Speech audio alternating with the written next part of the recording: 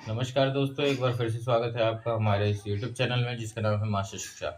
दोस्तों, आज हम इग्नू के जो एग्ज़ाम आने वाले हैं मास्टर्स ऑफ पॉलिटिकल साइंस के, उसके हम पहला जो सब्जेक्ट है राजनीतिक सिद्धांत, इसकी आज हम बात करेंगे कि राजनीतिक सिद्धांत के जितने भी क्वेश्चन आपके एग्ज़ाम में बन सकते हैं उसकी हम चर्चा करेंगे। और इसमें अभी हम इस वीडियो में कुल 7 चैप्टरों की चर्चा करेंगे और सातों चैप्टर को ध्यान से देखिएगा और जितने भी क्वेश्चन उसके बन सकते हैं और उसके जितने भी आंसर हैं उन सभी चीज़ों पे हम बात करेंगे इस वीडियो के माध्यम से।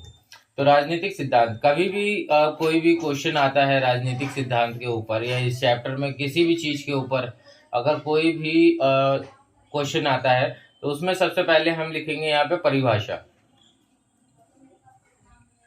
परिभाषा परिभाषा से हम स्टार्ट करेंगे, ठीक है, और फिर उसके बाद धीरे धीरे करके हम आगे की ओर बढ़ेंगे। तो राजनीतिक सिद्धांत वह सिद्धांत है जो समाज, शासन और राजनीति के संबंधों को व्याख्या करता है। यह सिद्धांत राजनीतिक विचारधारा, नीतियों और समाज व्यवस्था को समझने में मदद करता है। इसके अंतर्गत विभिन्न दृष्टिकोण, सिद्धांत और मूल्यों को समेटा जा सकता है जो राजनीतिक प्रक्रिया और नीतियों के निर्धारण में प्रभाव डालते हैं। अब इन सब चीज़ों के बारे में, जिसमें दृष्टिकोण में सिद्धांत, मूल्य, इन सब चीज़ों के बारे में हम आगे पढ़ेंगे। राजनीतिज्ञों के अनुसार हम इसकी परिभाषा देखें तो राजनीतिक सिद्धांत वह सिद्धांत है जो समाज, शासन और राजनीति के विभिन्न पहलुओं को समझने और उसकी व्याख्या करता है। यह सिद्धांत राजनीतिक प्रक्रियाओं, संगठनों और नीतियों के पीछे की विचारधारा और सिद्धांतों को समझने में भी मदद करता है, जिससे समाज में राजनीतिक प्रभाव को समझा जा सकता है। तो ये तो हो गई इसकी डेफिनेशन। अब इसके जो क्वेश्चन बन सकते हैं उसके बारे में हम देखते हैं। तो राजनीतिक सिद्धांत का स्वरूप, ठीक है, अगर इस तरीके के क्वेश्चन आए तो सबसे पहले हमें डेफिनेशन लिखना है, राजनीतिक सिद्धांत लिखने हैं, फिर इसके स्वरूप के बारे में चलते हैं। राजनीतिक सिद्धांत का स्वरूप व्याख्यात्मक और व्यापक होता है। यह राजनीतिक प्रक्रियाओं, नीतियों और संगठनों के पीछे की विचारधारा को समझता है। इसके अंतर्गत विभिन्न सिद्धांत, दर्शन और मूल्यों को समेटा जा सकता है जो राजनीतिक प्रक्रिया को निर्धारित करते हैं। ये समाज, शासन और सत्ता के बीच संतुलन, समानता और स्वतंत्रता के मुद्दों पर भी ध्यान केंद्रित करता है। और राजनीतिक सिद्धांत व्यापक रूप से राष्ट्रीय और अंतर्राष्ट्रीय स्तर पर समझा जा सकता है और यह नागरिकों के अधिकार और कर्तव्यों की महत्वपूर्ण चर्चा का हिस्सा भी है। यानी राजनीतिक सिद्धांत के अंतर्गत हम नागरिकों के अधिकार और कर्तव्यों की और जितने भी उनकी समानता और स्वतंत्रता के अधिकार हैं उनके ऊपर ध्यान केंद्रित करते हैं। राजनीतिक सिद्धांत एक विशेष क्षेत्र की विचारधारा है जो समाज, शासन और सत्ता के संबंधों को समझने का प्रयास करती है। यह राजनीतिक प्रक्रियाओं, नीतियों और संगठनों के मूल सिद्धांतों को व्याख्यात्मक रूप से वर्णन करता है, जिसमें समाज की अवधारणाओं, शासन के ढांचे और सत्ता के उपयोग का विश्लेषण शामिल होता है। यह राजनीतिक प्रक्रियाओं के पीछे की सोच को प्रकट करता है और राजनीतिक नीतियों की आधारभूत समझ को बढ़ाता है। अगर दोस्तों ये जो क्वेश्चन अभी हमने पढ़ा राजनीतिक सिद्धांत का स्वरूप, अगर ये क्वेश्चन में ना भी दिया हो तो भी हम इस क्वेश्चन को, इस आंसर को लिख सकते हैं, इतने पॉइंट को। इसके बाद अब इसमें अंतर देखते हैं। राजनीतिक सिद्धांत, राजनीतिक दर्शन और राजनीतिक विज्ञान, इन तीनों जो है वो राजनीतिक से संबंधित है, लेकिन इसमें अंतर को हम देखते हैं। तो राजनीतिक सिद्धांत के अंतर को हम सबसे पहले अगर समझें तो यह राजनीतिक सिद्धांत जो है वो राजनीतिक के विभिन्न पहलुओं, सिद्धांतों को समझने का प्रयास करता है, जैसे कि राजनीतिक प्रक्रिया, नीति और विचारधाराओं का अध्ययन करता है। राजनीतिक दर्शन में क्या होता है कि यह राजनीतिक सिद्धांतों को व्याख्यात्मक रूप से विवेचित करता है, उनका मूल्यांकन करता है और विभिन्न राजनीतिक विचारधाराओं का भी अध्ययन करता है। राजनीतिक विज्ञान की अगर हम बात करें तो यह राजनीतिक संगठन, राजनीतिक प्रक्रियाएं और राजनीतिक नीतियों का वैज्ञानिक अध्ययन करता है और इसमें तर्कशास्त्र, सामाजिक अनुसंधान तथा और तथ्यात्मक विश्लेषण, ये सब चीज़ें शामिल होती हैं। यानी तीनों में कुछ अलग अलग चीज़ें जो है वो शामिल होती हैं। इसके अलावा राजनीतिक दर्शन और राजनीतिक विज्ञान राजनीतिक सिद्धांतों के अध्ययन में महत्वपूर्ण योगदान देते हैं। अर्थात राजनीतिक दर्शन, राजनीतिक विज्ञान, ये दोनों जो हैं वो महत्वपूर्ण योगदान देते हैं राजनीतिक सिद्धांत में। फिर अब राजनीतिक सिद्धांत की प्रमुख विशेषताओं के बारे में देखें। अगर ये क्वेश्चन में ना भी दिया हो तो भी हम ये पूरा आंसर अगर लिख के आ जाते हैं इस चैप्टर का, ठीक है, तो राजनीतिक सिद्धांत से जुड़ा कोई सा भी क्वेश्चन होगा तो ये हमारा क्लियर हो जाएगा, इसमें आपके बहुत अच्छे मार्क्स मिल जाएंगे। तो राजनीतिक सिद्धांत की प्रमुख विशेषताएं अगर हम देखें तो सबसे पहला है गणराज्यवाद यानी डेमोक्रेसी। लोकतंत्र मुख्यतः आधुनिक राजनीतिक सिद्धांत की आधारशिला है, जिसमें नागरिकों को सरकार का चयन करने और निर्दिष्ट अवधि के बाद उनका निष्पादन करने का भी अधिकार होता है। यानी इसमें नागरिक जो है वो सरकार चुनते हैं और एक निश्चित अवधि के बाद उनको हटाने का भी अधिकार होता है। ठीक है, इसके बाद है दूसरा पॉइंट मानवाधिकार, ह्यूमन राइट्स। आधुनिक राजनीतिक सिद्धांत मानवाधिकारों की महत्वपूर्णता को मानता है और न्याय, स्वतंत्रता और समानता के मूल्यों का पालन करता है। यानी जब भी हम आधुनिक राजनीतिक सिद्धांत की बात करें, इसकी विशेषताओं की बात करें, तो ये मानवाधिकार को मानता है और मानवाधिकार को एक महत्वपूर्ण तत्व मानता है नागरिकों के विकास के लिए। तो इसमें न्याय, स्वतंत्रता और समानता के मूल्यों का पालन भी करता है। फिर इसके बाद है सामाजिक न्याय।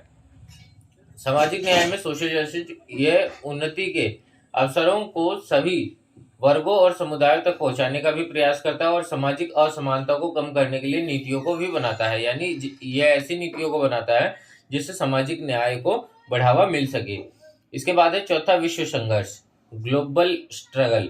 आधुनिक राजनीतिक सिद्धांत विश्व स्तर पर ग्लोबल समस्याओं के समाधान के लिए संघर्ष करता है, जैसे कि वायु प्रदूषण और आतंकवाद तथा अन्य सामाजिक विषय। ठीक है, यानी जो भी वैश्विक मुद्दे होंगे उस पे भी ये काम करता है आधुनिक राजनीतिक सिद्धांत। फिर इसके बाद पारिस्थितिक उत्तरदायित्व, यानी एनवायरमेंटल को भी हमें फ्रेंडली रखना है और एनवायरमेंटल की भी रिस्पॉन्सिबिलिटी हमें लेनी है। तो इसमें पर्यावरण के संरक्षण और सुरक्षा के प्रति जिम्मेदारी पर जोर दिया गया है। इसके अलावा सांप्रदायिक समन्वय। ठीक है, सांप्रदायिक समन्वय में धार्मिक और सांस्कृतिक विविधता का समर्थन करता है और सांप्रदायिक सहमति को भी बढ़ावा देता है। इसके बाद है तकनीकी विकास, टेक्नोलॉजिकल एडवांसमेंट। आधुनिक राजनीतिक सिद्धांत तकनीकी विकास को भी प्रोत्साहित करता है और इसे समाज के उत्थान के लिए उपयोग में लाता है। इसके बाद है विद्युतीकरण, इलेक्ट्रिफिकेशन। इसमें लोगों को शिक्षा, स्वास्थ्य और देखभाल तथा आर्थिक विकास के लिए विद्युतीकरण की महत्वता को समझाता है। ठीक है, इसके बाद है न्यायपालिका की स्वतंत्रता, जुडिशियल इंडिपेंडेंस। इसमें न्यायपालिका की स्वतंत्रता को बढ़ावा मिलता है, जिससे न्याय की निष्पक्षता और विश्वास भी बढ़ती है। इसके बाद है हमारा 10वां पॉइंट है आत्मनिर्भरता। इन सबको आप दोस्तों अपने हिसाब से और बढ़ा चढ़ा के लिख सकते हैं। ठीक है, इसकी हम विशेषताओं की बात कर रहे हैं, आधुनिक राजनीतिक सिद्धांत की विशेषताएं।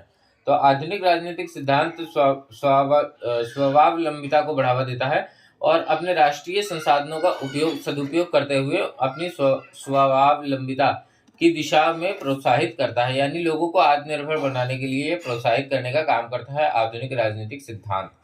अब समकालीन राजनीतिक सिद्धांत के प्रमुख बिंदुओं की अगर हम बात करें तो इसमें कुछ बिंदु शामिल हो सकते हैं, जिसमें डिजिटल राजनीति। ठीक है, डिजिटल पॉलिटिक्स। तकनीकी को उत्थान के साथ साथ राजनीति भी ऑनलाइन माध्यमों का प्रयोग कर रही है, जैसे कि सोशल मीडिया और इंटरनेट, चुनाव प्रसार और संगठन। अर्थात अगर हम देखें वर्तमान समय में भारत में तो इंस्टाग्राम बहुत ज़्यादा फेमस हो रखा है। ठीक है, यानी कोई भी विचारधारा, जिस विचारधारा को आप मानते हैं उसी विचारधारा के न्यूज़ या उसी विचारधारा की जो मुद्दे हैं वो आपको दिखाए जाते हैं उस इंस्टाग्राम के माध्यम से। तो ये डिजिटल राजनीति जो है वो इस तरीके से इसको बढ़ावा मिलता है। फिर साइबर सुरक्षा, साइबर सिक्योरिटी की अगर हम बात करें तो डिजिटल उपस्थिति के बढ़ने के साथ साथ साइबर सुरक्षा राजनीति प्रणालियों के लिए अत्यधिक महत्वपूर्ण हो गई है। इसके बारे में भी आप डिटेल से अपने हिसाब से लिख सकते हैं। फिर इसके बाद है सामाजिक असमानता, सोशल इनइक्वालिटी। समाज में असमानता के मुद्दे तत्कालीन राजनीतिक चर्चा का केंद्र है और राजनीतिक दल और नीतियों को इसे समाधान करने के लिए उत्साहित कर रहे हैं। यानी सामाजिक असमानता को ये कम करने के लिए इस पे नीतियां बनाई जा रही हैं। फिर इसके बाद अगला पॉइंट हम देखते हैं। अगला पॉइंट है हमारा जलवायु परिवर्तन। जलवायु परिवर्तन भी एक बहुत क्लाइमेट चेंज भी हमारा एक बहुत गंभीर समस्या है। तो जलवायु परिवर्तन एक गंभीर राजनीतिक मुद्दा बन चुका है, जिस पर सरकारें और अंतर्राष्ट्रीय संगठनों को गंभीरता से ध्यान देना पड़ रहा है। इसके बाद है डेटा नियंत्रण। आज के टाइम पे बहुत सारे डेटा जो है वो लीक हो जाते हैं, तो डेटा कंट्रोल भी बहुत ज़्यादा जरूरी है। डेटा नियंत्रण और गोपनीयता के बड़े बड़े मुद्दे काफ़ी महत्वपूर्ण है और सरकारें डेटा की सुरक्षा और नियंत्रण को लेकर नीतियों का विकास कर रही हैं और अपने देश में अलग अलग तरीकों की नीतियों को लागू कर रही हैं, जिससे डेटा को सुरक्षित रखा जा सके। सामाजिक मीडिया का प्रभाव, इन्फ्लुएंस ऑफ सोशल मीडिया। सामाजिक मीडिया ने राजनीति में एक महत्वपूर्ण भूमिका खेली है, जिसमें समाचार पत्र में बहुत बड़ा बदलाव आया और नागरिकों की राय का भी बहुत ज़्यादा प्रभाव पड़ा है। ठीक है, पहले की अगर मीडिया के बारे में अगर हम बात करें, तो पहले की मीडिया जो थी, अगर हम न्यूज़ चैनलों की बात करें, तो एक जो एंकर होता है वो आराम से बैठ के वो अपना न्यूज़ जो भी समाज में चल रहा है, जो भी न्यूज़ उसके बारे में बताता है। लेकिन आज के टाइम पे ये बहुत ज़्यादा डिबेट का रूप ले चुका है और खासकर धर्मों को लड़ाने का काम जो है वो मीडिया कर रही है वर्तमान समय में। संघर्ष सिद्धांत, कॉन्फ्लिक्ट थ्योरी। संघर्ष सिद्धांत के अनुसार समाज में विभाजन और संघर्ष संरक्षित है और राजनीतिक संघर्ष इसमें महत्वपूर्ण भूमिका निभाता है। अर्थात कोई भी एक विपक्षी पार्टी जो है वो पक्ष वाली पार्टी को गिराने के लिए और अपनी सरकार बनाने के लिए किसी भी हद तक, किसी भी संघर्ष तक जा सकती है, वो है राजनीतिक संघर्ष। ठीक है, इसके बाद है सामाजिक न्याय, सोशल जस्टिस। सामाजिक न्याय के मुद्दे आधुनिक राजनीतिक संवाद में काफी महत्वपूर्ण है और नीतियों को सामाजिक असमानता को कम करने के लिए डिजाइन किया जा रहा है। यानी सामाजिक न्यायवाद, सोशल जस्टिस को समाज में लागू करने के लिए बहुत सारी नीतियों पर विचार किया जा रहा है और नीतियों को लागू किया जा रहा है। इसके बाद है आंतरिक संघर्ष, इंटरनल कॉन्फ्लिक्ट। समाज में आंतरिक विवादों और संघर्षों को नियंत्रित करने के लिए राजनीतिक नेताओं और नीतियों का समाधान तलाशने का भी अभियान चल रहा है। फिर इसके बाद है राष्ट्रीय और अंतर्राष्ट्रीय संबंध, नेशनल एंड इंटरनेशनल रिलेशन। दो देशों के बीच में संबंध और अंतर्राष्ट्रीय संगठनों की भूमिका में बदलाव और समर्थन की चर्चा भी इसमें देखने को हमें मिल सकती है। तो दोस्तों, पहला चैप्टर हमारा खत्म होता है। अगले चैप्टर की बात करते हैं। इस पूरे वीडियो में हम दोस्तों 7 यूनिट की बात करेंगे। 7 यूनिट के जितने भी क्वेश्चन आ सकते हैं उस सभी का ये एक ही आंसर जो है आपको मिला जुला आप लिख सकते हैं। यूनिट 2 की बात करते हैं। यूनिट 2 का नाम है लोकतंत्र। लोकतंत्र की सबसे पहले हम परिभाषा देखें तो परिभाषा है, लोकतंत्र एक शासन प्रणाली होती है जिसमें सत्ता लोगों द्वारा चुनी गई प्रतिनिधित्व सरकार द्वारा निर्धारित की जाती है। इसमें प्रणाली में नागरिकों को स्वतंत्रता होती है अपने अधिकारों को चुनने के लिए और वे सरकारों के निर्णयों को परीक्षण कर सकते हैं। लोकतंत्र में न्याय और स्वतंत्रता की प्राथमिकता होती है और यहाँ व्यक्तिगत और सामाजिक स्वतंत्रता सम्मान किया जाता है। लोकतंत्र एक खुले समाज की भावना पर आधारित है जहाँ अधिकारों का प्रतिफलन न्यायपूर्ण और समान होता है। ठीक है, ये हमारी हो गई अर्थ यानी परिभाषा। अब इसकी प्रकृति के बारे में देखें तो लोकतंत्र शब्द की उत्पत्ति संस्कृत शब्द लोक और तंत्र से हुआ है, जिसका अर्थ होता है लोगों का शासन। इसका मतलब है शासन प्रणाली में सत्ता लोगों द्वारा चुनी गई प्रतिनिधित्व सरकार द्वारा निर्धारित की जाती है और लोकतंत्र में नागरिकों को नियंत्रण का हक होता है और वह स्वतंत्रता, न्याय और समानता के मूल्यों का पालन भी करती है। फिर लोकतंत्र की प्रकृति विशेष रूप से निम्नलिखित गुणों पर आधारित होती है। नागरिक सामर्थ्य। ठीक है, ये पॉइंट छोटे छोटे हमने दे रखे हैं, इसको आप बढ़ा चढ़ा के लिख सकते हैं, जिसकी थोड़ी थोड़ी डेफिनेशन जो है वो हमने दे रखी है। नागरिक सामर्थ्य में हम लिखेंगे इसमें नागरिकों के सत्ता के निर्णयों को सीधे भागीदारी का हक होता है, यानी जिसमें नागरिकों को खुद भागीदारी का हक होता है और खुद भी वोट डाल सकते हैं। इसके बाद है विश्वास पात्र सरकार, यानी लोकतंत्र में सरकार को जनता के प्रति विश्वास में आधारित किया जाता है, यानी जनता जो है वो जिस भी पक्ष को वोट देगी, ठीक है, वो विश्वास पात्र सरकार हो जाएगी और वह शासन कर सकती है। फिर इसके बाद है विभाजन और संतुलन। सत्ता का विभाजन और संतुलन संविधान और कानूनों के माध्यम से किया जाता है, यानी एक ऐसी पुस्तक बनाई जाती है जिसमें सभी नियम कायदे कानून लिखे होते हैं और उसका सत्ता का विभाजन और उसका संतुलन भी उसके अंदर शामिल होता है। इसके बाद दोस्तों हम अगले पॉइंट की ओर देखें तो हमारा अगला पॉइंट है न्यायपालिका की स्वतंत्रता। लोकतंत्र में न्यायपालिका को स्वतंत्र रखा गया और संविधान की ये रक्षा करती है, यानी संविधान में कोई भी कानून में फेरबदल जो है वो आसानी से नहीं किया जा सकता है। अगर कुछ भी अनैतिक कार्य होता है संविधान के अंतर्गत तो न्यायपालिका जो है उस कानून को रद्द करने का पूरा अधिकार रखती है। इसके बाद है स्वतंत्र मीडिया। लोकतंत्र में मीडिया को स्वतंत्रता होती है और जो जनता को सूचित करने में मदद करता है कि सरकार आपकी किस नीतियों को लागू कर रहा है जो कि समाज के लिए अच्छा है या बुरा है। फिर इन गुणों के संयोजन के माध्यम से लोकतंत्र समाज में स्वतंत्रता, न्याय और समानता को बढ़ावा देता है और नागरिकों के हित की रक्षा के लिए सरकार की सकारात्मक क्रियाओं की भी निगरानी रखता है।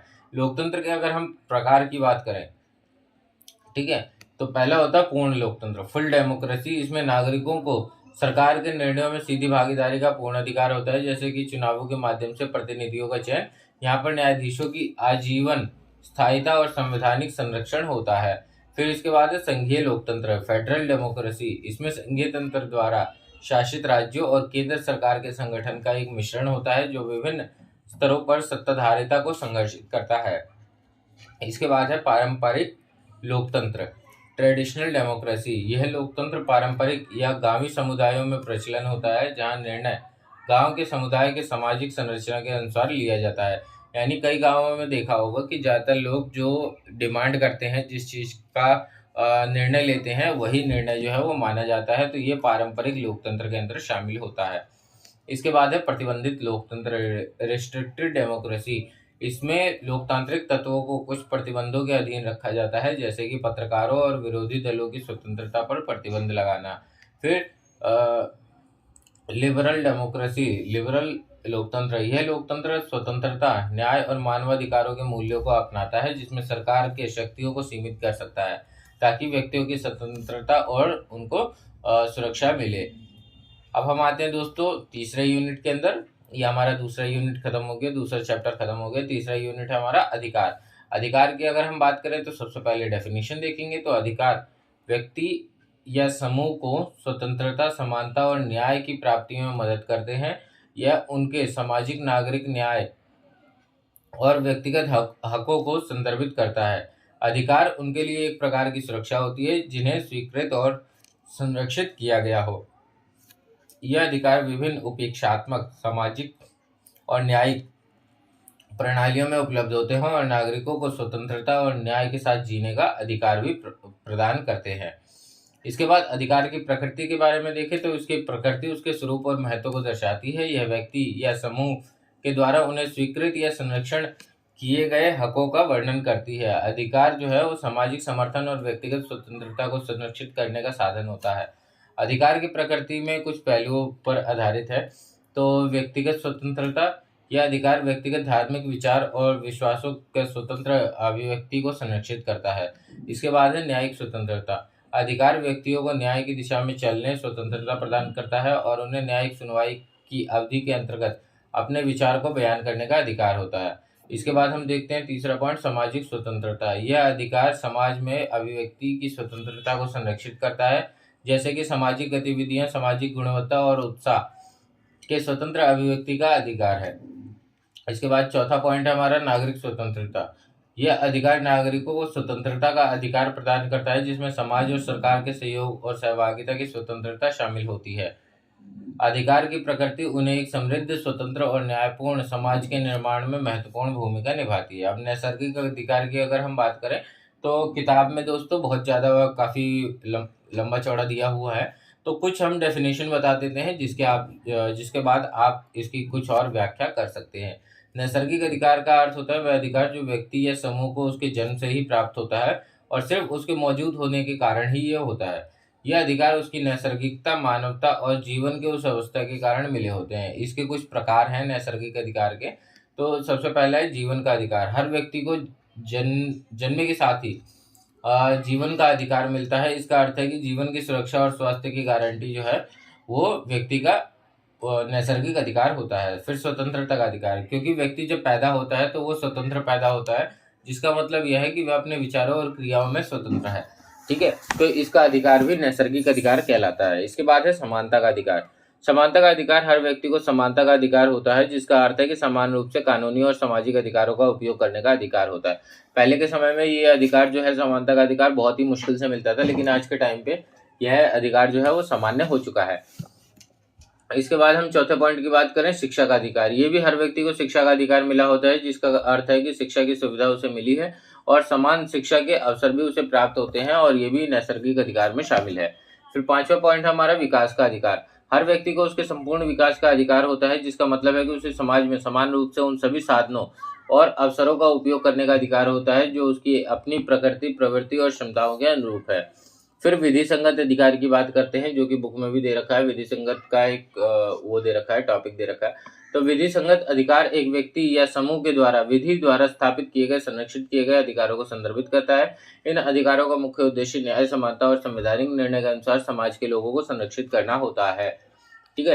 यानी विधि संगत अधिकार जो है वो बेसिकली कानून द्वारा स्थापित अधिकार होते हैं जो कि समाज में नागरिकों को दिए जाते हैं। तो विधि संगत अधिकार जो है वो कुछ इस प्रकार हैं। पहला है न्यायिक अधिकार।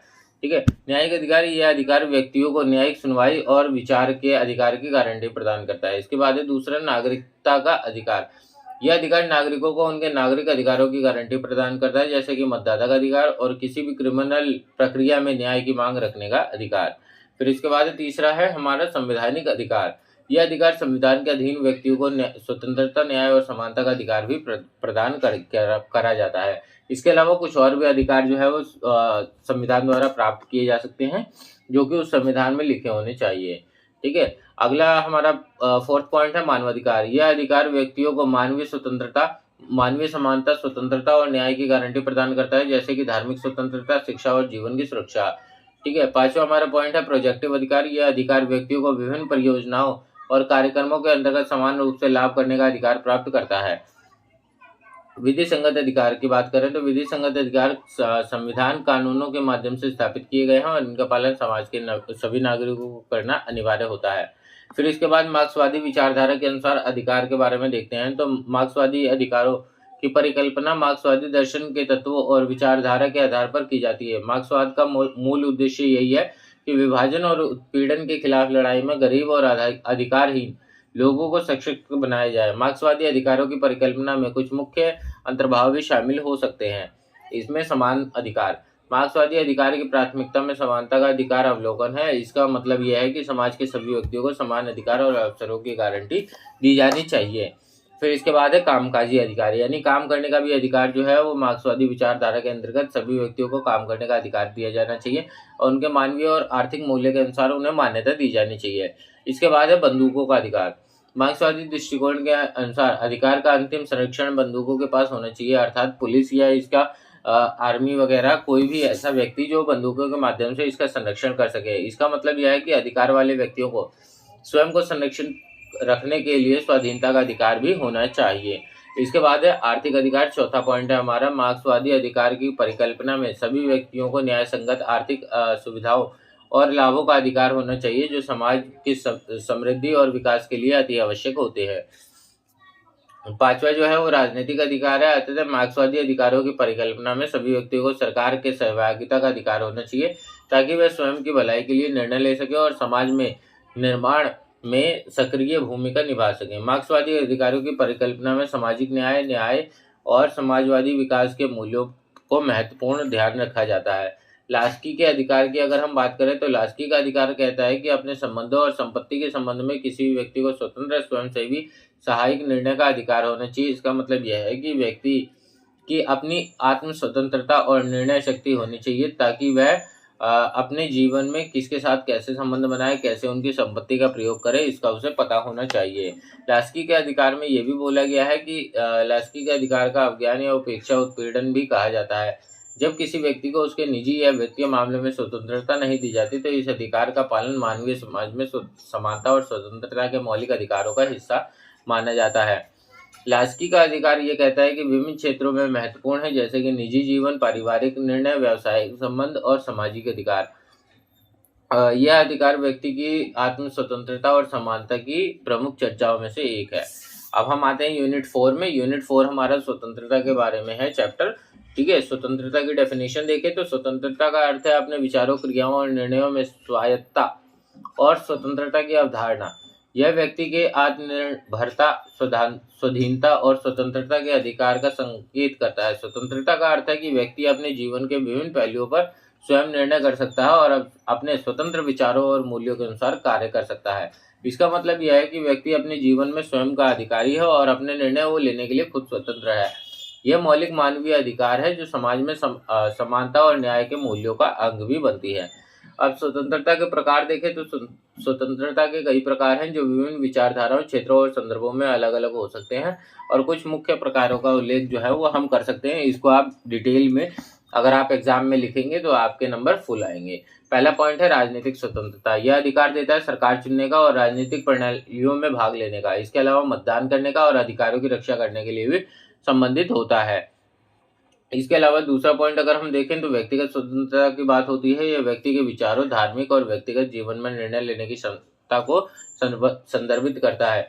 यानी व्यक्ति अपने हिसाब से पूर्ण रूप से स्वतंत्र है और वह अपने निर्णय स्वयं ले सकता है। तीसरा पॉइंट है हमारा आर्थिक स्वतंत्रता। यह अधिकार व्यक्ति को आर्थिक निर्णय लेने और वित्तीय स्थिति की स्वतंत्रता का अधिकार है और उचित अर्थशास्त्रीय निर्णय लेने की स्वतंत्रता प्रदान करता है। यानी व्यक्ति को किसी भी आर्थिक क्रियाकलाप में कार्य करने का अधिकार है और किसी भी आर्थिक क्रियाकलाप में भाग लेने का भी अधिकार जो है उसके माध्यम से, आर्थिक स्वतंत्रता के माध्यम से मिलता है। पॉइंट 4 की अगर हम देखें, विद्यालयिक स्वतंत्रता, यानी व्यक्ति यह अधिकार शिक्षा और अध्ययन क्षेत्रों में स्वतंत्रता का अधिकार होता है, जिससे विद्यार्थी शिक्षकों को शिक्षा के लिए स्वतंत्रता मिली होती है। यानी कोई भी व्यक्ति किसी भी प्रकार की शिक्षा ले सकता है, बल्कि वो उस देश के विरुद्ध ना जाए। ठीक है। इसके बाद है हमारा 5वां पॉइंट है साहित्यिक स्वतंत्रता। ये लेखकों, कलाकारों और मीडिया प्रवक्ताओं को उनके काम में स्वतंत्रता का अधिकार प्रदान करता है, जिससे वे स्वतंत्रता से अपने विचार और कला की अभिव्यक्ति कर सकते हैं। ये केवल कुछ उदाहरण है। इसके अलावा आपके पास जो भी उदाहरण है उनके जो कमेंट सेक्शन में हमें बता सकते हैं। इसके अलावा सकारात्मक स्वतंत्रता और नकारात्मक स्वतंत्रता के बारे में देखें तो नकारात्मक स्वतंत्रता क्या होती है? नकारात्मक स्वतंत्रता का अर्थ है कि व्यक्ति या समूह के अधिकार का दुरुपयोग, असहमति और आत्मनिर्भरता के रूप में देखा जाना है। यह आमतौर पर एक व्यक्ति या समूह के द्वारा अपने अधिकारों को संपादित करने या उनके उपयोग में गलत या हानिकारक तरीके से प्रयोग करने, आधिकारिक नैतिक नियमों के खिलाफ जाता है। तो इसका उदाहरण हो सकता है किसी व्यक्ति या नकारात्मक संगठनों या कार्यवाही में शामिल होता है, जिससे समाज में असंतोष और संघर्ष बढ़ जाता है। तो यह स्थिति आमतौर पर अवांछनीय और समाज के लिए हानिकारक होती है। यानी बेसिकली अगर हम साधारण शब्दों में बोले नकारात्मक स्वतंत्रता क्या है, तो यानी व्यक्ति के स्वतंत्रता पर रोक लगाई जाती है, जिससे वह व्यक्ति दूसरे के स्वतंत्रता को हानि ना पहुंचा सके या समाज में कोई भी नकारात्मक चीजें जो है वो ना फैला सके। ठीक है। तो उन ऐसी स्वतंत्रता पर वो रोक लगाई जाती है जिससे समाज को कोई भी हानि हो रही है, तो उस स्वतंत्रता पर रोक लगाई जा सकती है, वो है नकारात्मक स्वतंत्रता। और सकारात्मक स्वतंत्रता की अगर हम बात करें तो सकारात्मक स्वतंत्रता का अर्थ है कि व्यक्ति या समूह के अधिकारों का सकारात्मक और उत्तम उपयोग करना, आत्मनिर्भरता के स्वाधीनता का आनंद उठाना। यह आमतौर पर एक व्यक्ति समूह द्वारा अधिकारियों को संपादित करने या उनका उपयोग सकारात्मक तरीके से करने या उन्नति और प्रगति करने में सहयोग करता है।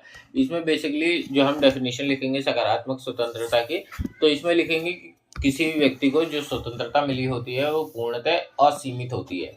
ठीक है। जिसमें व्यक्ति दूसरे के स्वतंत्रता के अधिकारों का भी हनन कर सकता है। तो ये सकारात्मक स्वतंत्रता जो है वो बहुत ही खतरनाक होती है किसी भी समाज के विकास के लिए या समाज में समानता लाने के लिए। इसके तहत व्यक्ति समूह अपनी स्वतंत्रता का उत्तरदायित्व और जिम्मेदारी संभालते हुए नेतृत्व और निर्णय में सकारात्मक रूप से कार्रवाई करता है। इस संदर्भ में सकारात्मक स्वतंत्रता समाज में समानता, सहयोग और विकास के मूल्यों का आधिकारिक रूप से समर्थन करती है। ठीक है। तो हमारा ये भी चैप्टर आज यहाँ पे खत्म हो रहा है। ठीक है। हम अगले चैप्टर की बात करें तो समानता है यूनिट 5। ठीक है।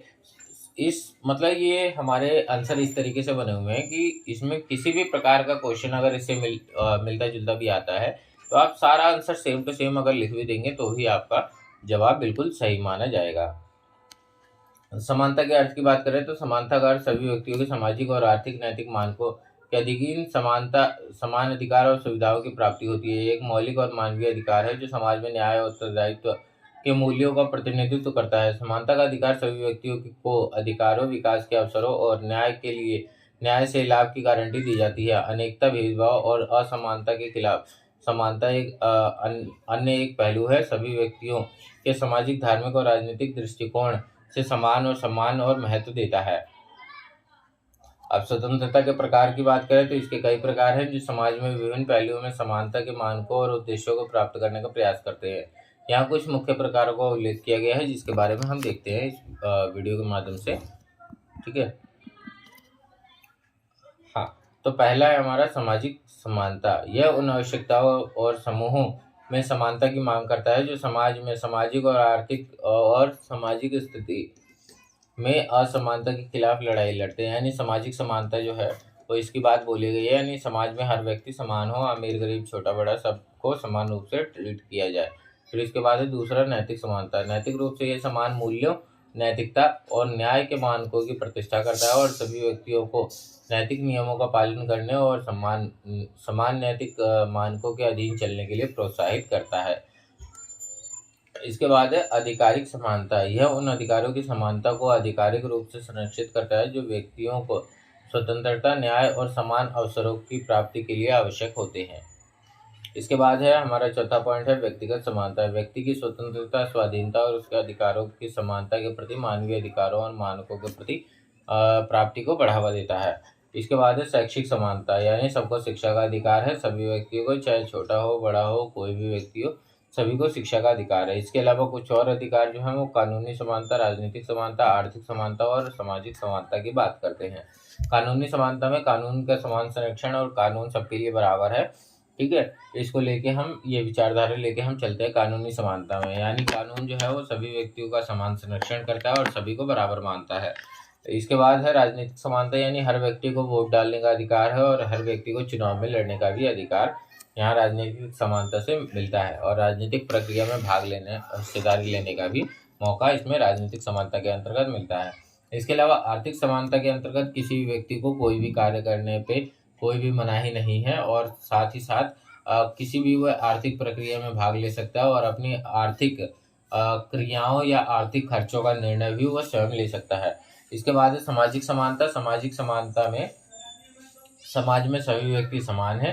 ठीक है, इन सब चीज़ों की बात करी जाती है। ये केवल कुछ प्रकार हैं, इसके अलावा इसके अनेक पहलू हो सकते हैं, जिसमें नागरिकता, स्थानिकता, लैंगिक समानता आदि। फिर इसके बाद समानता और असमानता में अंतर अगर हम देखें तो समानता और असमानता में दो विभिन्न स्थितियां हैं जो समाज में व्यक्ति या समूह की स्थिति या परिस्थितियों को संदर्भित करता है। समानता की अगर हम बात करें तो समानता में सभी व्यक्तियों को समान अधिकार, सुविधाएं और अवसर मिले होते हैं। ये समाज में न्याय, उत्तरदायित्व और मूल्यों को प्रतिष्ठित करता है। समानता के माध्यम से व्यक्ति और समूहों के बीच समरसता और सहयोग बढ़ता है। लेकिन असमानता में वही उल्टा हो जाता है। असमानता में समाज में व्यक्ति या समूह के बीच भिन्नताएं होती हैं जिनका सामाजिक, आर्थिक और प्राकृतिक कारण हो सकता है। असमानता अक्सर समाज में न्याय की कमी, सामाजिक विभाजन और अधिकारों का असमान वितरण का परिणाम होती हैं। इसके अलावा असमानता से समाज में द्वंद्व, असहमति और अस्थिरता की स्थितियां उत्पन्न हो सकती हैं। फिर समानता की एक सकारात्मक और समृद्धि प्रेरक गुण होता है, जबकि असमानता समाज में एक नकारात्मक स्थिति होती है। यानी समानता जो है वो समाज की एक सकारात्मक स्थिति है और असमानता समाज की नकारात्मक स्थिति है जो सामाजिक न्याय और असमानता के लिए बाधाएं पैदा कर सकती है। अब ये देखते हैं कि समानता और स्वतंत्रता एक दूसरे के पूरक है या नहीं है। तो एक दूसरे के पूरक हो सकते हैं। जिसमें समानता की अगर हम बात करें तो ये सुनिश्चित करता है कि सभी व्यक्तियों को बराबर अधिकार, सुविधाएं और अवसर मिले हों और ये समाज में न्याय की अवधारणा को भी प्रकट करता है और सामाजिक असमानता को कम करने की कोशिश करता है। इसके अलावा स्वतंत्रता भी सेम काम करता है, लेकिन वो किस तरीके से करता है वो देखते हैं। व्यक्ति को अपने विचारों, धार्मिक क्रियाओं में स्वायत्तता और स्वतंत्रता की स्वीकृति देती है। यह उन्हें अपने निर्णय का स्वतंत्र रूप से अधिकार देती है और स्वाधीनता की अनुभूति कराती है, जिस कारण ये दोनों एक समान है। एक समृद्ध समाज में समानता और स्वतंत्रता दोनों होते हैं। समानता न्याय की बुनियाद होती है, जबकि स्वतंत्रता व्यक्ति के विकास और स्वाधीनता का संवर्धन करती है। यह दोनों एक दूसरे को पूरक बनाते हैं और सामाजिक दृष्टि और सम्मान की बुनियाद रखते हैं। इसके अलावा समानता का मार्क्सवादी अवधारणा की अगर हम बात करें तो मार्क्सवादी अवधारणा में समानता को मुख्य व्यवहारिक मानते हैं। यह अवधारणा समाज के अंतर्गत विभाजित सामाजिक वर्गों या वर्गों के बीच समानता की प्राप्ति की मांग करता है। मार्क्सवादी सिद्धांत के अनुसार समाज में समानता केवल समाजवादी संप्रदाय के माध्यम से ही संभव है, जिसमें समाज में समस्त सम्मति, सामाजिक संरचना और नैतिकता का साझा धारावाहिक अधिकार होता है। और मार्क्सवादी समानता का उदाहरण आमतौर पर निर्धनता और संपत्ति के आधार पर असमान वितरण के खिलाफ खड़ा होता है, जिसमें सामाजिक वर्ग जो धन, संपत्ति और सत्ता के अधिकार में है के खिलाफ विरोध में हो जाते हैं। अर्थात वैसे भी मार्क्सवादियों का मानना ये है कि समाज में सभी लोग बराबर हों, चाहे कोई कितना भी पढ़ा लिखा हो, चाहे वो कितना भी अनपढ़ हो, चाहे वो कितना भी बड़ा काम करता हो, कितनी भी बड़ी पोस्ट पे हो, चाहे वो कितनी भी छोटी पोस्ट पे हो, सबको समान वेतन, समान अधिकार जो है वो दिए जाए।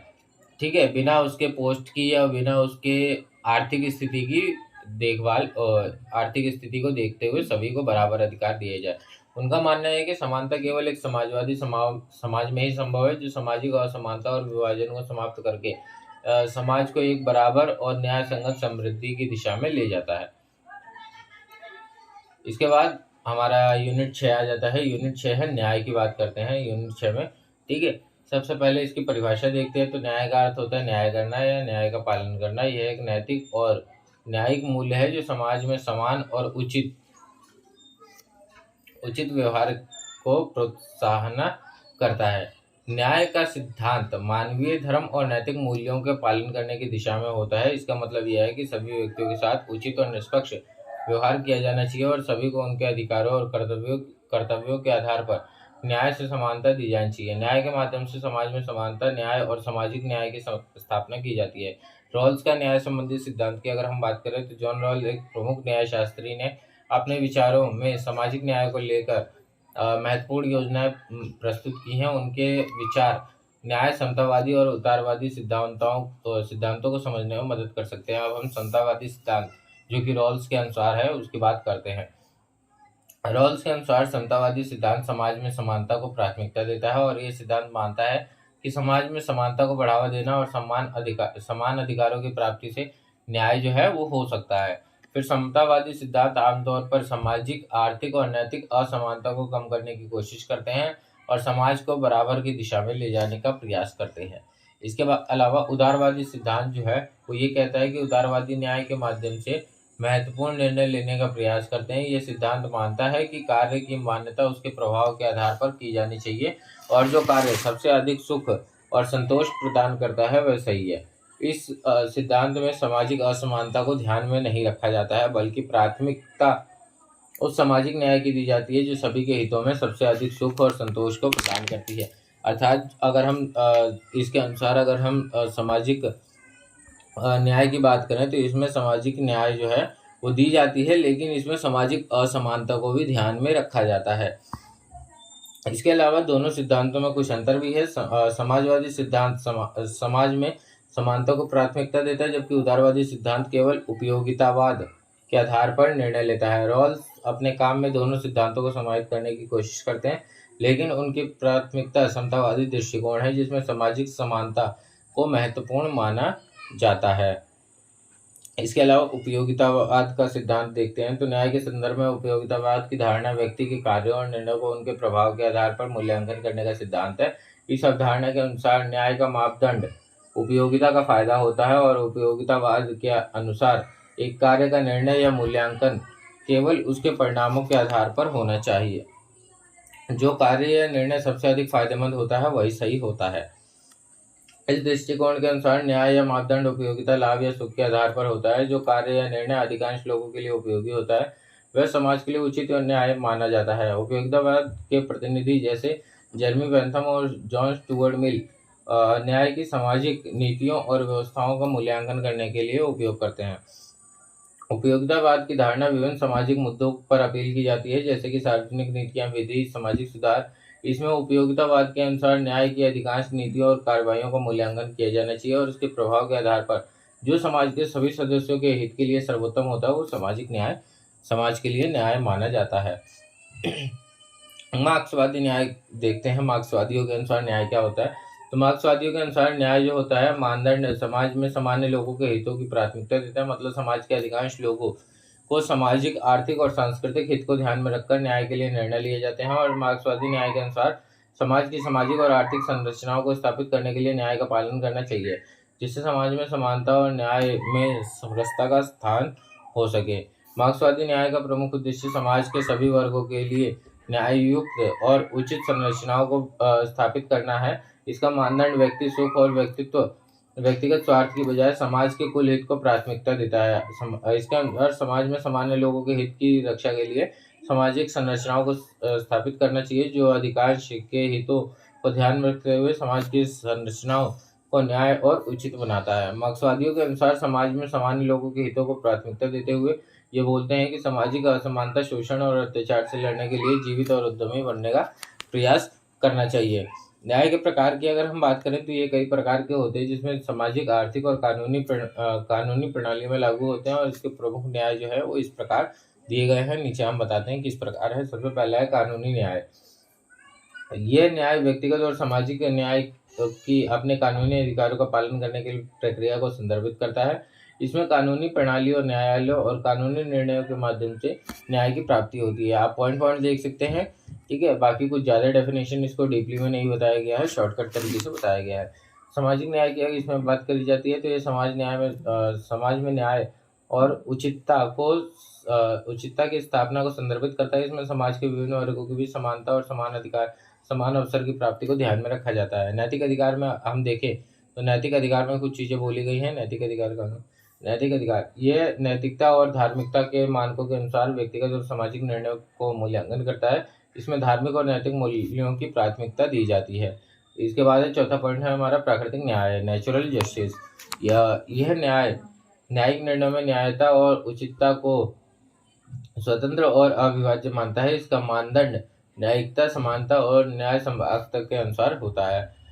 फिर शिक्षात्मक न्याय की अगर हम बात करें तो सभी व्यक्तियों को शिक्षा के क्षेत्र में समान अवसर, उचितता और पहुंच की स्थापना को संदर्भित करता है। यानी शिक्षा तक पहुंच, लोगों का शिक्षा का समान अवसर और शिक्षा की उचितता जो है, ये सब दिखाने का कार्य जो है वो शिक्षात्मक न्याय या एजुकेशनल न्याय में और जस्टिस में होता है। ये केवल न्याय के कुछ प्रकार हैं, और इसके अलावा अगर कुछ और न्याय आपको पता है तो कृपया हमें कमेंट सेक्शन में बताएं। फिर इसके बाद समानता, स्वतंत्रता और न्याय में समानता और असमानता की अगर हम बात करें तो समानता, स्वतंत्रता और न्याय तीनों एक महत्वपूर्ण नैतिक मूल्य हैं। इन तीनों के बीच कुछ अंतर होता है। पहले हम अंतर देख लेते हैं, फिर समानता देखेंगे। तो इसमें पहला है समानता। समानता में क्या है? समानता का मतलब सभी को बराबर की स्थिति में रखना है, जैसे समान अधिकार, समान संभावनाएं, समान व्यवस्था। इसका उद्देश्य समाज में सभी व्यक्तियों के बीच न्याय और समानता की स्थापना करना है। फिर स्वतंत्रता की अगर हम बात करें तो इसका मतलब व्यक्ति को स्वतंत्र और आज़ाद माना जाता है, जिसमें उन्हें अपने निर्णय खुद लेने और अपने अधिकारों का प्रयोग करने की स्वतंत्रता होती है। इसी प्रकार इसका मुख्य उद्देश्य व्यक्ति को स्वतंत्रता और अधिकारों का प्रयोग करने की अनुमति देना होता है। इसके बाद अगर हम जस्टिस की बात करें, न्याय की बात करें, तो न्याय का मतलब होता है समाज में न्याय और उचितता की स्थापना करना, जिसमें सभी को हक के अनुसार न्याय दिया जाता है। न्याय का मुख्य उद्देश्य समाज में समानता और न्याय की समरसता को स्थापित करना होता है। यानी इन तीनों का मुख्य जो है वो समाज में समानता और न्याय को बढ़ावा देना होता है। इन अंतर के बावजूद ये तीनों मूल्य एक दूसरे के बिना पूर्ण नहीं हो सकते। एक समान और उचित समाज में समानता, स्वतंत्रता और न्याय एक दूसरे के पूरक होते हैं और समाज में स्थिति को मजबूत बनाते हैं। अब इनमें समानता है, लेकिन इसके समानता के तीन विभिन्न पहलू हैं, ठीक है। फिर समानता में समानता का मूल उद्देश्य समाज में सामाजिक व्यक्तियों को समान अधिकार और अवसर देना है। ये तो आप लिख ही लेंगे, बहुत सारे हमने पॉइंट बता दिए। फिर स्वतंत्रता में अगर हम समानता देखें तो स्वतंत्रता का मतलब होता है व्यक्तिगत और सामाजिक स्वतंत्रता और संरक्षण। समानता में सभी को समान अधिकार और स्वतंत्रता के अवसर मिले होते हैं, जो समाज के लिए न्यायपूर्ण है। फिर न्याय में समानता की अगर हम बात करें तो न्याय का मतलब होता है समाज में न्याय और उचितता की स्थापना करने, जिसमें समानता, नियमों और मानकों का पालन किया जाता है। यह उचितता की प्रक्रिया है और निर्णय और निष्पक्षता के माध्यम से समान न्याय की स्थापना करता है। इस प्रकार समानता, स्वतंत्रता और न्याय में समानता का संबंध होता है, जिससे समाज में न्याय और समरसता का स्थायी विकास होता है। अब हमारा लास्ट हम इस वीडियो का यूनिट देख रहे हैं कर्तव्यबोध। कर्तव्य की परिभाषा देखें तो कर्तव्य का मतलब होता है वह कार्य उत्तरदायित्व जो किसी व्यक्ति या समूह को उनके धर्म, नैतिकता और सामाजिक मानकों के अनुसार करना चाहिए। यह एक व्यक्ति या समूह के अधिकारों और कर्तव्यों की प्रासंगिकता और जिम्मेदारियों को प्रकट करता है। कर्तव्य व्यक्ति या समूह के धार्मिक, सामाजिक और नैतिक मूल्यों के अनुसार निर्धारित होता है। यह उन कार्यों और उत्तरदायित्वों का संचालन करता है जो समाज की बेहतरी के लिए अनिवार्य माने जाते हैं, और कर्तव्य के अनुपालन से समाज में न्याय, समरसता और समानता की स्थापना की जा सकती है। ठीक है। कर्तव्यों के महत्व की बात करें तो इसके पहला पॉइंट है समाज की स्थिरता। कर्तव्यों का पालन करने से समाज में स्थिरता और समरसता का स्थायी विकास होता है, और ये समाज के सभी सदस्यों को एक साथ लेकर उन्हें आपसी संबंधों को मजबूती प्रदान करता है। फिर न्याय और अधिकार। ठीक है। कर्तव्यों का पालन करने से समाज में न्याय और समानता की स्थापना होती है, और सभी के अधिकारों का सम्मान करने और उनके द्वारा वाचा गया धर्म और नैतिकता का पालन करने का अवसर प्रदान करता है। फिर इसके बाद है समृद्धि का स्रोत। कर्तव्यों का पालन करने से व्यक्ति और समाज दोनों के उत्तम समृद्धि का स्रोत बनता है। यह उन्हें स्वयं के विकास और समृद्धि के लिए एक स्थिर मूल्यांकन प्रदान करता है। फिर धार्मिकता और सामाजिक आदर्श। कर्तव्यों का पालन करने के लिए व्यक्ति धार्मिकता, सामाजिक आदर्श और समाज के लिए सेवा भाव विकसित करता है और यह समाज उन्हें सक्रिय सहयोगी बनाता है। कर्तव्यों का महत्व यह है कि एक समाज में न्याय, समानता और समरसता की स्थापना में महत्वपूर्ण भूमिका निभाते हैं और उन्हें सही दिशा में लेकर जाते हैं। रूढ़िवादी संस्कृति में कर्तव्यों के प्रकार देखते हैं। तो इसके बारे में कुछ पॉइंट है। ड्यूटी। रूढ़िवादी संस्कृति में कर्तव्य एक महत्वपूर्ण मान्यता देता है। यह व्यक्ति और समूह के लिए निर्धारित कार्य उत्तरदायित्वों का पालन करने का दायित्व दिया जाता है। ये कार्य धर्म, समाज और परंपरा के अनुसार निर्धारित होते हैं और उन्हें पालन करने के लिए सदस्यों को प्रोत्साहित किया जाता है। फिर उसके बाद अधिकार। अधिकार रूढ़िवादी संस्कृति में संपूर्णता, स्वतंत्रता और व्यक्तिगतता के मूल्यों का प्रतिनिधित्व करते हैं और ये व्यक्तियों को उनके समाज में निर्धारित हकों का लाभ लेने के लिए स्वतंत्रता प्रदान करते हैं। इन अधिकारों का संरक्षण समाज के कठिनाई को सुलझने में मदद करता है और व्यक्तियों को समाज के नियमों का पालन करने में भी सहायक होता है। फिर रूढ़िवादी संस्कृति में कर्तव्य और अधिकारों का संतुलन महत्वपूर्ण है, जिससे समाज में संतुलित और सुव्यवस्थित रूप से कार्य हो सके। इन दोनों में संतुलन होने से समाज में न्याय, समानता और समरसता बना रहता है। समाजवादी परिप्रेक्ष्य में कर्तव्य और अधिकार अगर हम देखें तो समाजवादी सिद्धांत में कर्तव्य और अधिकारों का संबंध विशेष महत्व रखता है और इसमें कर्तव्य और अधिकारों को समान और संतुलित रूप से समाज में वितरित किया जाता है। कर्तव्य की अगर हम बात करें तो समाजवादी सिद्धांत में कर्तव्य समाज के सभी सदस्यों के लिए होता है और यह उनका कर्तव्य होता है कि वे समाज में अपने साझा दायित्वों का सही रूप से निर्वहन करें। समाजवादी सिद्धांतों में कर्तव्यों का मानवता, सामाजिक समरसता और समाज हित के प्रति समर्पित होना चाहिए। इसमें अगर अधिकार की बात करें तो समाजवादी सिद्धांत में अधिकार उन्हें मिलता है जो कर्तव्यों का निर्वहन करने के लिए आवश्यक होते हैं। ये अधिकार समानता, सामाजिक सुरक्षा और सामाजिक न्याय के माध्यम से संरक्षित किए जाते हैं। समाजवादी सिद्धांत में अधिकार समाज के हर व्यक्ति के लिए उपलब्ध होने चाहिए और समाज में न्याय और विशेष वर्गों के बीच समानता की स्थापना होनी चाहिए। समाजवादी सिद्धांत में कर्तव्यों और अधिकारों का संतुलन समाज में समरसता और सामाजिक न्याय को सुनिश्चित करने में महत्वपूर्ण भूमिका निभाता है। ये समाज के हर सदस्यों के अधिकारों को प्रोत्साहित किया जाता है ताकि समृद्ध और समान विकास संभव हो। गांधीवादी परिप्रेक्ष्य में कर्तव्य और अधिकार की बात करें तो गांधीवादी दर्शन के अनुसार कर्तव्य अधिकार दोनों ही एक दूसरे के साथ गहरा संबंध रखते हैं, जहाँ एक अभ्यास दूसरे के लिए स्वाभाविक रूप से होता है। गांधीवादी दृष्टिकोण के अनुसार कर्तव्य क्या होता है? कर्तव्य समाज के लिए सेवा करने और उसका विकास करने में सहायता का माध्यम होता है। गांधीवादी विचारधारा के अनुसार हमारे कर्तव्य हमें समाज में जिस क्षेत्र में योगदान देने का अधिकार होता है, हम उसी क्षेत्र में कार्य करना चाहिए।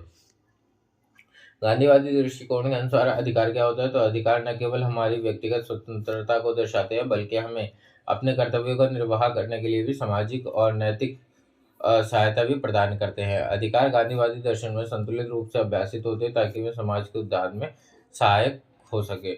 इस प्रकार गांधीवादी परिप्रेक्ष्य में कर्तव्य और अधिकार दोनों ही एक दूसरे के साथ अत्यंत महत्वपूर्ण है और इन्हें संतुलित रूप से अभ्यास करना चाहिए ताकि समृद्ध और सामाजिक और नैतिक न्याय की शांति और समृद्धि में सहायक हो सके। कर्तव्य के प्रकार देखते हैं तो इनको कई श्रेणियों में बांटा जा सकता है। सकारात्मक और नकारात्मक कर्तव्य। सकारात्मक कर्तव्य व्यक्ति को कुछ करने की अपेक्षा करता है, जबकि नकारात्मक कर्तव्य व्यक्ति को कुछ न करने की अपेक्षा करता है। इसके अलावा नैतिक और विधिक कर्तव्य में नैतिक कर्तव्य नैतिकता द्वारा अधिरोपित होता है और विधिक कर्तव्य में विधि द्वारा यानी कानून द्वारा। ठीक है। पूर्ण एवं अपूर्ण कर्तव्य। पूर्ण कर्तव्य वो होते हैं जिनका पालन करना अनिवार्य होता है, जबकि अपूर्ण कर्तव्य वो होते हैं जिनका पालन करना व्यक्तिगत विवेक पर निर्भर करता है, यानी उसको पालन करें या ना करें वो हमारे ऊपर डिपेंड करता है। फिर प्राथमिक एवं द्वितीयक कर्तव्य। प्राथमिक कर्तव्य वह होते हैं जो समाज के लिए अत्यंत महत्वपूर्ण होते हैं, जबकि द्वितीयक कर्तव्य अतिरिक्त एवं या वैकल्पिक होते हैं। इसके अलावा सापेक्ष और निरपेक्ष कर्तव्य। सापेक्ष कर्तव्य वह होते हैं जो परिस्थितियों के अनुसार बदल सकते हैं, जबकि निरपेक्ष कर्तव्य सभी परिस्थितियों में समान रहते हैं। इसके अलावा भारतीय संविधान में मौलिक कर्तव्यों का भी उल्लेख है जो नागरिकों को देश और समाज के प्रति उनकी जिम्मेदारी को याद दिलाते हैं। ये कर्तव्य नागरिकों में देशभक्ति, राष्ट्रीय एकता और भाईचारे की भावना को बढ़ावा देने के लिए और सकारात्मक नागरिकता को प्रोत्साहित करने और संविधान के मूल्यों को बनाए रखने के लिए निर्धारित किए गए हैं। तो दोस्तों आज हमने 7 यूनिट करे हैं। नेक्स्ट वीडियो में हम आगे के 7 यूनिट यानी हमारा एक बुक जो है वो खत्म हो जाएगा। ठीक है, तो नेक्स्ट वीडियो में मिलते हैं। जब तक के लिए नमस्ते, बाय बाय, धन्यवाद।